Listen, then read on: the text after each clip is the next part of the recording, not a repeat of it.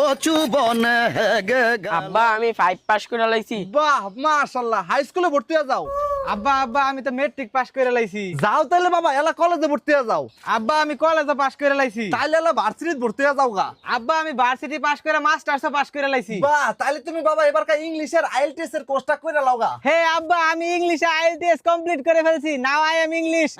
আরো কি পড়ালেখা করন লাগবো? পড়ালেখা করতি না মানে তোর ইংলিশে আইএলটিএস করাইছি কি লিগা? এলা বিদেশ যা, বিদেশ গিয়ে বড় একটা পিএইচডি ডিগ্রি অর্জন করে লই আয়। আব্বা আব্বা আব্বা আমি আয়া পড়ছি বিদেশতে। আব্বা আমি বিদেশতে না ইয়া বড় একটা ডিগ্রি অর্জন করে লই আইছি।